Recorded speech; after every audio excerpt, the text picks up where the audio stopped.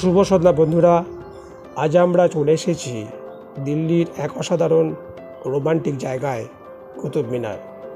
সূর্য ডুবছে, চারিদিকে সোনালি আলো আর হালকা হাওয়ায় যেন ইতিহাসের কানে কানে গল্প শোনা যায়।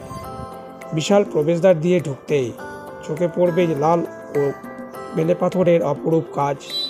এখানে যেন প্রতিটি ইট, প্রতিটি খোদাই রাজাদের গৌরব আর শিল্পীদের হাতের ছোঁয়া বহন করছে। সন্ধ্যের আলোতে পুরো দালান যেন সোনার মতো ঝলমল করে ওঠে। কুতুব মিনার তৈরি হয়েছিল 1193 সালে কুতুবউদ্দিন আইবকের সময়। শুরু করেছিলেন তিনি আর শেষ করেন তার উত্তরসূরি ইলতুৎমিশ। এই মিনারের উচ্চতা প্রায় 73 মিটার, যা একসময় বিশ্বের সবচেয়ে উঁচু ইটের মিনার ছিল।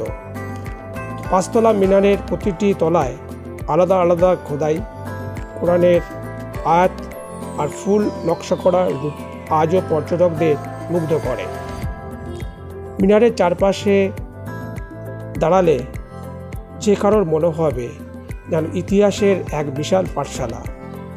দিনের বেলা যত সুন্দর লাগে, সন্ধ্যের আলো আর সাউন্ড এফেক্টে তা আরও কয়েক গুণ রোমান্টিক হয়ে ওঠে। আরেকটি বিস্ময়কর জিনিস হলো এখানকার মাঝখানে যে লৌহস্তম্ভটি মানে আয়রন পিলারটি দাঁড়িয়ে আছে, প্রায় 1600 বছরের পুরনো। এই স্তম্ভ আজও কোনো রাস্ট এর মধ্যে পড়েনি। বিজ্ঞানীরা আজও অবাক হয়ে যায় এত বছর আগে এমন প্রযুক্তি কিভাবে সম্ভব হয়েছিল।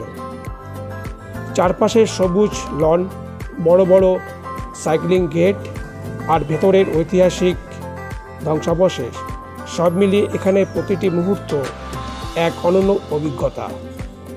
বন্ধুরা, কুতুব মিনার শুধু একটি স্থাপত্য নয়, এটা ভারতের গৌরব, ইতিহাস আর শিল্পের মিলন ক্ষেত্র।